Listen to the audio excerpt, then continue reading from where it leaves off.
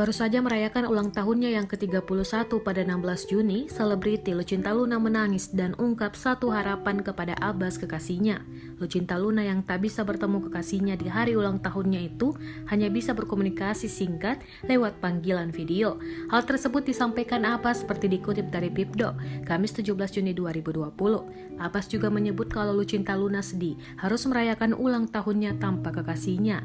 Dalam panggilan video yang hanya berlangsung 5 hingga 10 menit itu, Abbas sempat menawari Lucinta Luna kado yang dia inginkan. Namun, artis yang dikenal dengan suara seraknya itu mengaku tidak menginginkan kado apapun kecuali kebebasannya. Untuk diketahui, Lucinta Luna mendekam di penjara sejak Februari 2020 karena penyalahgunaan obat-obat terlarang.